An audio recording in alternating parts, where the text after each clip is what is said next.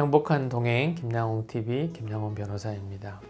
미국의 철강왕 카네기는 젊은 시절 세일즈맨으로 이 집 저 집을 방문하여 물건을 팔러 다녔다고 합니다. 어느 날 한 노인 댁을 방문하게 되었는데 그 집을 들어서자마자 카네기를 압도한 것이 있었습니다. 그것은 그 집 벽 한가운데 걸린 그림이었습니다. 그 그림은 한 쓸쓸한 해변에 초라한 나룻배 한 척과 낡은 노가 썰물에 밀려 백사장에 제멋대로 널려있는 그림이었습니다. 그런데 그 그림 하단에는 반드시 밀물은 오리라, 그날 나는 바다로 나아가리라 라는 짧은 글귀가 적혀 있었습니다. 한번 그림 한번 보시죠.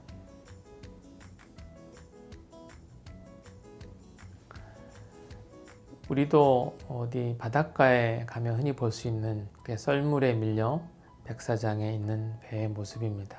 근데 카네기는 그 그림과 글귀에 크게 감명을 받았습니다. 집에 돌아와서도 그는 이제 그 그림으로 인하여 잠을 이룰 수 없었습니다.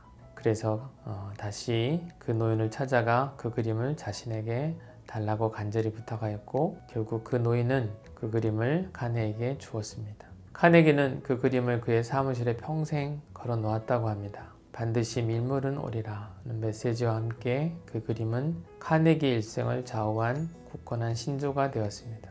카네기도 세일즈맨으로 일할 때는 무척 힘든 상황이지 않았을까요? 그래서 반드시 밀물은 오리라는 그 글귀가 가슴 벅차게 다가왔을 것입니다. 세상에 공짜 없다라는 말이 맞는 것 같습니다. 카네기에게 그런 힘든 상황이 없었다면 과연 철광왕이라는 말을 들을 수 있었겠습니까? 요새 경제가 어려워져서 그런지 만나는 사람마다 다들 힘들다고 합니다. 인생에 썰물인 사람들이 많은 것 같습니다. 지금 당장은 바다로 나갈 수 없지만 언젠가는 인생에 민물이 올 것입니다. 그것이 자연의 이치자 삶의 이치입니다. 내일 일을 위하여 염려하지 말라. 내일 일은 내일 염려할 것이요 한날의 괴로움은 그날의 족하니라.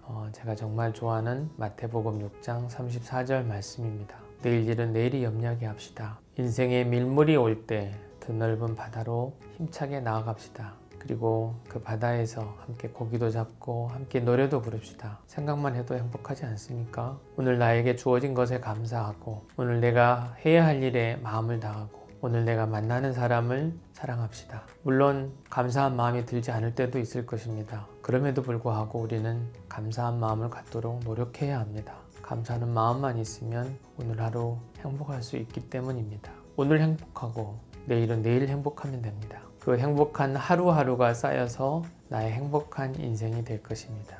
정철의 꿈이라는 시를 좀 낭독해 드리겠습니다. 거미줄에 걸려 말라 죽은 나비에게 꿈을 물어보면 대답이 없다. 꿈꾸지 않는다. 죽었다. 같은 뜻. 정철의 그 시처럼 꿈꾸지 않는 것은 곧 죽은 것입니다. 우리 모두가 큰 꿈이든 작은 꿈이든 꿈을 꿉시다. 하나님이 말씀하시기를 말세에 내가 내 영을 모든 육체에 부어주리니 너희의 자녀들은 애언할 것이요 너희의 젊은이들은 환상을 보고 너희의 늙은이들은 꿈을 꾸리라. 사도행전 2장 17절 말씀입니다. 성경 말씀은 젊은이들이 아닌 늙은이들에게 꿈을 꾸라고 합니다. 늙은이들은 죽음을 기다리는 것이 아니라 꿈을 꾸어야 합니다. 성경이 그렇게 말하고 있지 않습니까? 그렇지만 그 꿈은 나만 잘 살기 위한 것이 아니라 하나님께는 영광, 이웃에게는 유익되는 꿈이어야 합니다. 우리 모두 그런 꿈을 꿉시다. 그래서 우리 모두가 각자의 자리에서 하나님의 나라를 이루는데 작은 미랄이 되기를 소망합니다. 감사합니다.